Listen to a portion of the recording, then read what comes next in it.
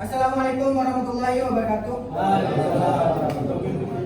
Kami dari kelompok 3 akan menjelaskan tentang proses produk yang akan kita bangun di daerah Madura, yaitu PT Kelompok Nasional Briket. Nah, itu briket arang tongkol jagung. Kenapa kita mengambil ini? Karena di Madura seringkali banyak menghasilkan jagung. Pertanyaan jagung.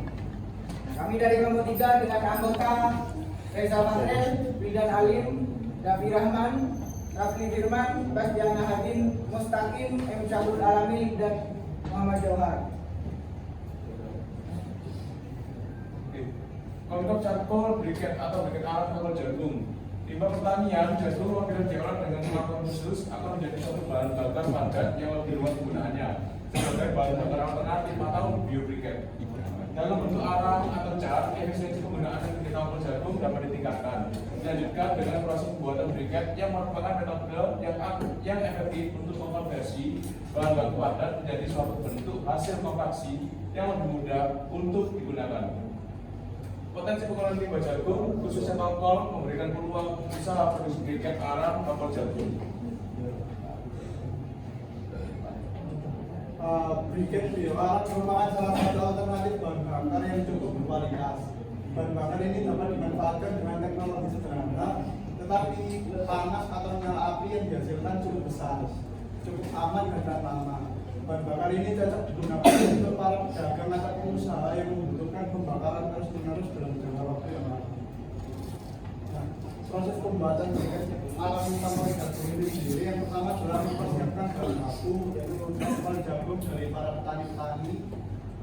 Terus yang kedua, mengkarbonisasi atau biasa disebut pengarangan. Yang kedua adalah penghancuran atau penggilingan. Nah, setelah digiling, briket itu dicampur dengan perekat, dan setelah dicampur dengan perekat adalah pencetakan briket itu sendiri. Setelah dicetak masih basah, jadi dikeringkan terlebih dahulu sebelum dimasakkan.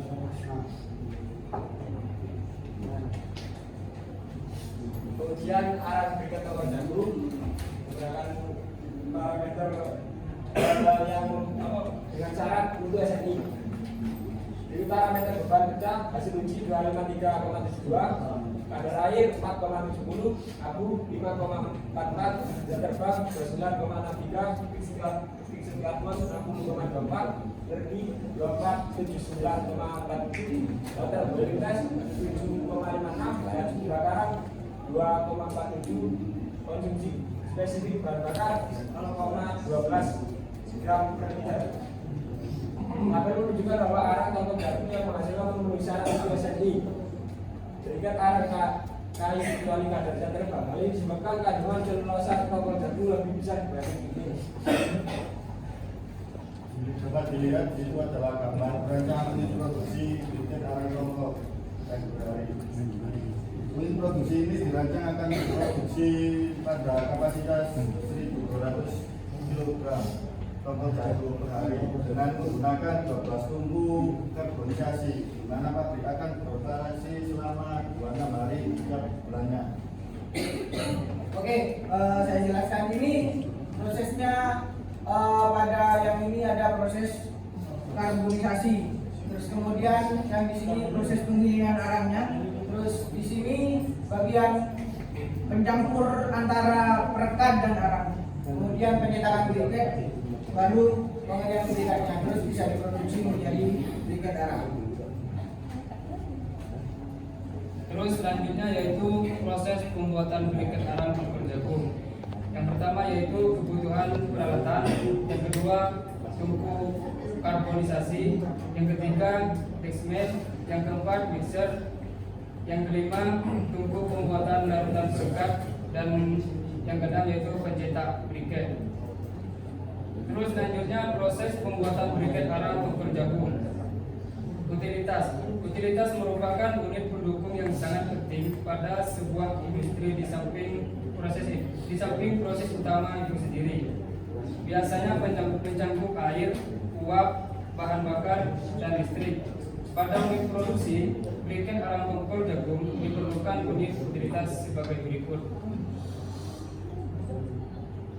jenis bahan dan kebutuhan. Jenis bahan yang pertama yaitu air dengan kebutuhan 12,380 liter. Terus jenis bahan yang kedua yaitu listrik dengan kebutuhan 29,3 kWh. Terus yang ketiga yaitu bahan bakar dengan kebutuhan 11,5 kg. Dan jenis bahan yang keempat yaitu solar dengan kebutuhan 1,68 liter. Kebutuhan ini kebutuhan tenaga operator proses produksi arang kabel jagung. Jadi tiap proses itu ada operatornya masing-masing. Yang pertama operator karbonisasi, tanggung jawabnya yaitu menyiapkan bahan baku sesuai standar. Jadi disiapkan bahan baku jagungnya, terus melakukan prosesnya, terus baru setelah itu dikemas menjadi produk arang. Terus yang bagian kedua operator penggilingan dan pencampuran, tanggung jawabnya menggiling arang, menyiapkan dan membuat larutan perekat dan mencampur larutan perekat dengan tepung arang. Yang ketiga operator pencetakan, tanggung jawabnya atau tugasnya itu mencetak adonan arang, mengeringkan briket arang. Terus yang keempat operator pengemasan, tanggung jawabnya mengemas briket arang, menyimpan dalam gudang dan membantu dalam distribusi pengeluaran produk. Kebutuhan modal proses produksi arang kabel jagung. Ini yang dibutuhkan saat proses produksi awal. Yang di sebelah kanan ini yang dibutuhkan kebutuhan bahan bakunya antara karbonisasi, bismil, pengaduk perekat, pencetak arang briket, pengering kabinet, tray pengering, wadah, dan timbangan. Karena intinya ini bahan baku awal yang akan dibutuhkan. Jumlahnya 229. Terus yang di sebelah kiri adalah bahan baku yang dari bahannya.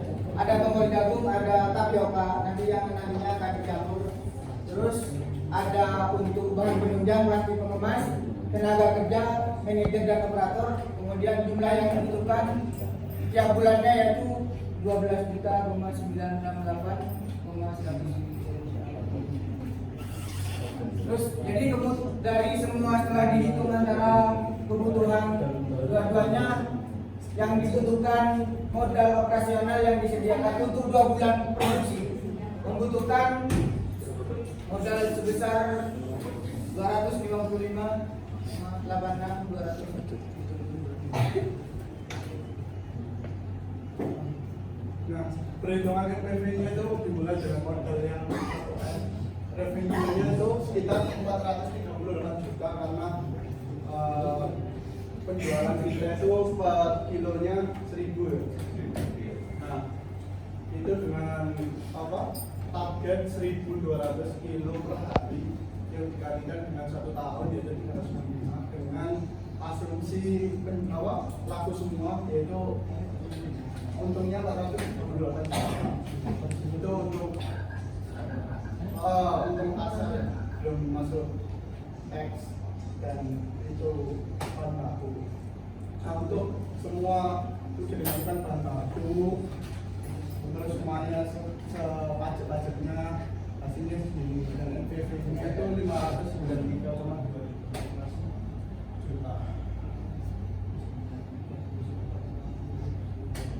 Kesimpulannya briket arang tombol jagung yang dihasilkan telah memenuhi syarat integrasi briket arang kayu kecuali zat terbang yang lebih dari 15%. Briket arang tombol jagung yang dihasilkan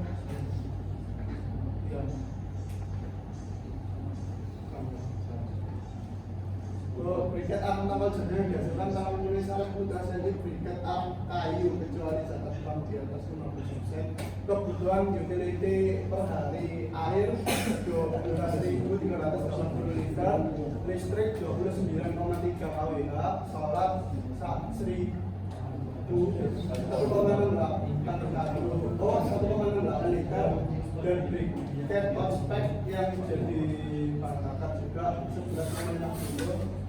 Kebutuhan lahan kurang lebih 500 meter persegi. Kebutuhan tenaga kerja 1 manajer dan 4 operator jadi 5 total.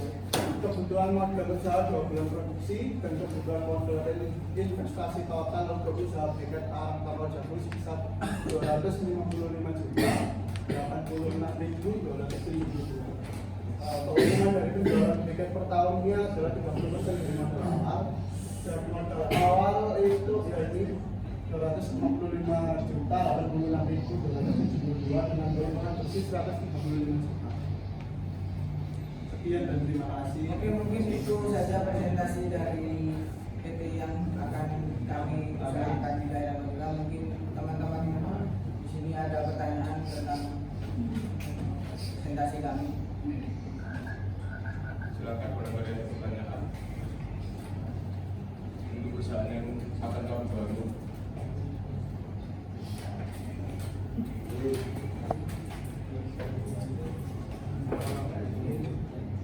Monggo teman-teman. Kalau saya untuk pemasarannya gimana saja tadi belum Bisa diulang. kalau sasaran pemasarannya Nah, pemasarannya bisa lewat pasar dengan cara menawarkan secara langsung atau dari sosial media. Sekarang kan kasih mahal dan sosial media dengan dibungkus dengan iklan-iklan yang menarik tentunya. Dan yang terpenting itu sih kayak di distribusi apa kayak di pengusaha-pengusaha lain kayak perusahaan kecil menengah lain sih.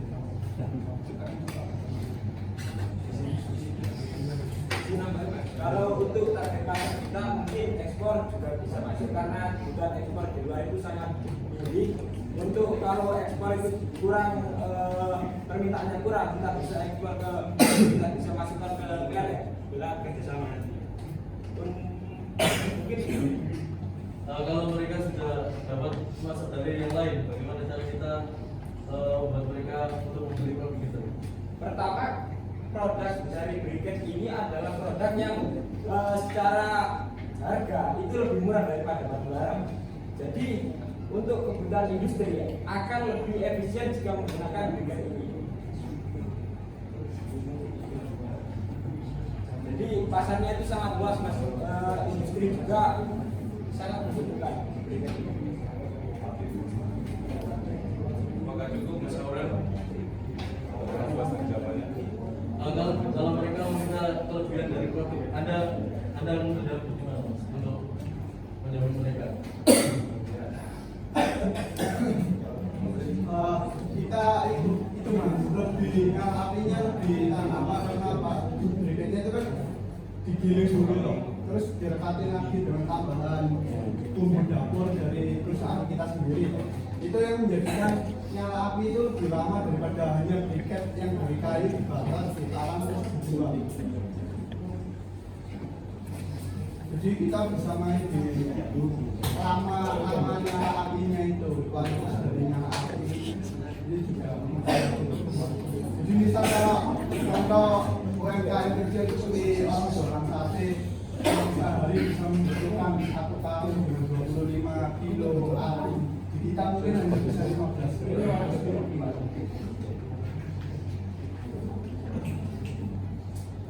Apakah cukup Mas Aurel?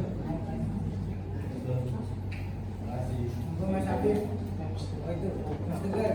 Oh ya, izin bertanya, untuk bisa dilihatkan di slide yang terkait pengeluaran. Pengeluaran Iya, maksudnya dari biaya produksi awal sampai akhir. Tidak ada. ini produksi awal. Nah, itu. Di situ apa dicantumkan termasuk juga biaya transportasi untuk ambil apa tongkol jagungnya?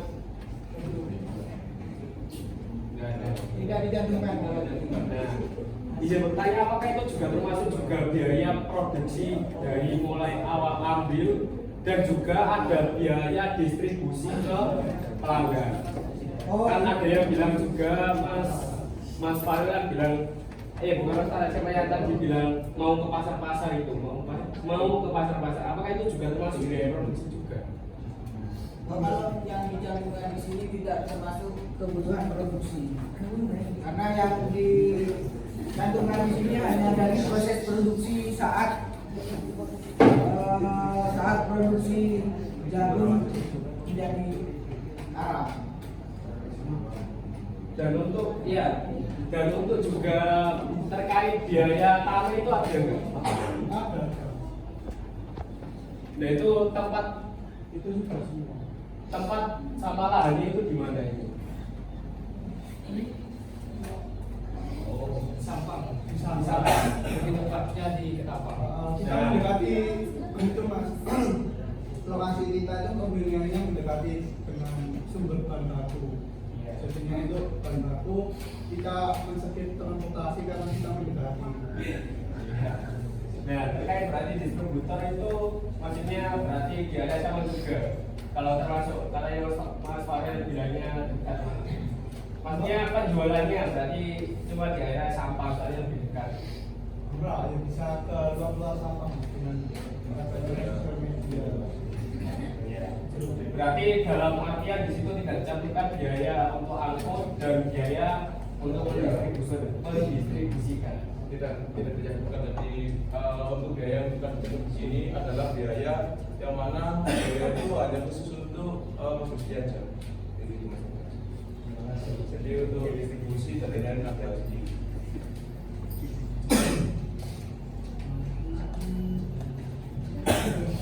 Mungkin ada lagi, satu lagi mungkin pertanyaan.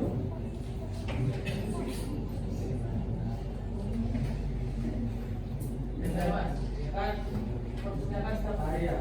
Terus misal kita masih mencari distribusi yang menerima barang kita, kan otomatis barangnya sampai yang produksi kan sampai sifat di barang. Misal barang yang bukan gitu kayak lembab kan ada nyala, itu barangnya di recycle atau diulang apa langsung buat dikurang. Oh enggak, ini kan sudah termasuk mana ya? Nah ini sudah termasuk pengemasan. Jadi kalau udah dikemas, proses produksinya, anggaplah kalau nasi itu nggak bakalan basi. Anggap udah ada pengawetnya. Kalau masa akhirnya Masa efeknya sementara tidak ada. berarti Kita dikemas pakai tabung mas. Kalau misalnya dia jauh di tabung. Jadi itu. Jadi dijamin ke tempat.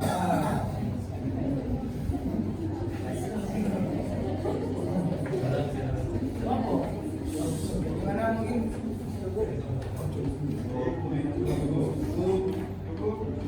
Oke, pertanyaan saya itu cukupkan.